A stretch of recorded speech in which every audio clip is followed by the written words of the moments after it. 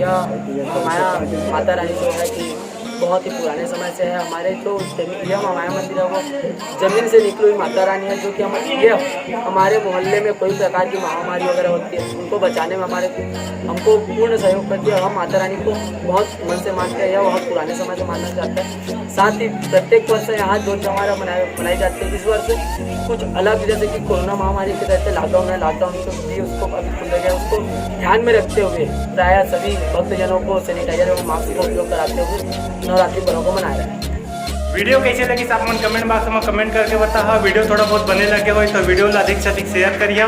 यही आशा उम्मीद के साथ मैं विदा लेवा। तब फिर मिलवा अगला वीडियो में। तब तक ले धन्यवाद। जय हिंद, वंदे मातरम।